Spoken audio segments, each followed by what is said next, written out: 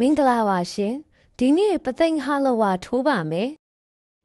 ကောင်းညင်းမောင်စံချိန်ခွက်နှစ်ခွက်တည်းကိုနွားနို့စံချိန်ခွက်တစ်ခွက်အုံးနို့စံချိန်ခွက်တစ်ခွက်ခညက်ရည်ပြစ်ပြစ်စံချိန်ခွက်တစ်ခွက်ရေစံချိန်ခွက်တစ်ခွက်ထည့်ပြီးသေချာစွာမှွေပါမယ်ပြီးရင်စကားနဲ့စစ်ပြီးကြိုမဲ့အိုးထဲထည့်ပါမယ်ရှင်ထောပတ်100 ဂရမ်ကိုထည့်ပါမယ်ရှင်တံပြားရည်ထမင်းစားဆုံးတစ်ဝက်လောက်ကိုမဖြစ်မနေထည့်ပေးပါနော်ဒါမှမှွေရတာလွယ်ကူမှမလို့ပါရှင်မီးအေးနဲ့အဆက်မပြတ်မှွေပေးရပါမယ်ကောင်းညင်းသားအနှဲငယ်ကြည်လာရင်စီထမင်းစားဆုံး2စွန်းထည့်ပါမယ်ဘိန်းစီလော်ထည့်ပြီးသမအောင်မှွေပါမယ်ရှင်မီးအေးလေးနဲ့နိုင်ဝက်လောက်ဇက်တိုက်မှွေပေးရင်တော့ဘန်းနဲ့ထက်2နာရီလောက်အေးခံပါနော်အရသာရှိလာတဲ့ဟာလဝါမုတ်ကလေးရပါပြီရှင်